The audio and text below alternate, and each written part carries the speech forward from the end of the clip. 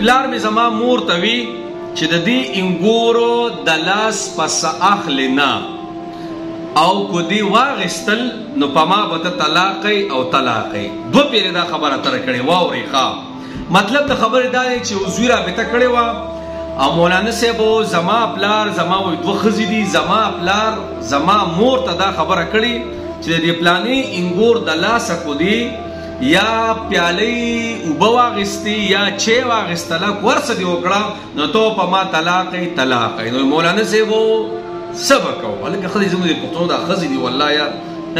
یقین په الله وکړو زموږ دا ښځې دی نو موږ بیا هر یو شي کې څه نیغ کوو خدای چې الله دا ښځې موږ له راکړي دي مړه په نسوارو کې نیغې کوو په جایدادونو کې نیغې کوو په لږو خبرو کې نیغې کوو بیا څه کوي بیا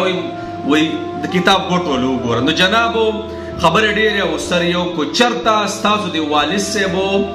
ستاسو د مور چې د کمو خبرو نه منع کړې د کمو خبرو نه زه نه وایم چې پلانې ډینګرې خو چې د کمو خبرو نه منع کړې ده چې دا کار کو تا وکړو نو ته به په ما دای دوه پیرې ویلي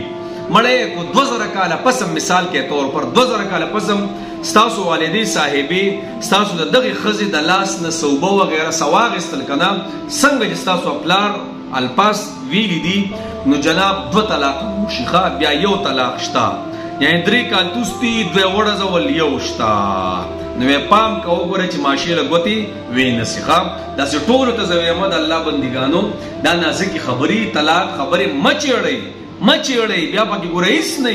بیا هلته ځو دلته ځو 3 میاشتې او بل سره نکاح بیا به راځي پوره پروسس دی ګوره ډېر په شرمونو به ځان وشرموي د الله بندګانو د دې قسمونو نه قرآنونو نه او د دې طلاقونو نه واوړئ بیا به دې وروسته ګرځئ دا چلو عامو خبرو کې خبرې اترې کوئ که نه او بیا خاص کر طلاق نه یقین په الله وکړه بس یې نوړی دې سازه کړې نوړی نو برای مهرباني په غصو کې په خبرو اترو کې د ښځې سره د هر چا سره چې وران شي نو دا څیزونه پکې مه راچوئ الله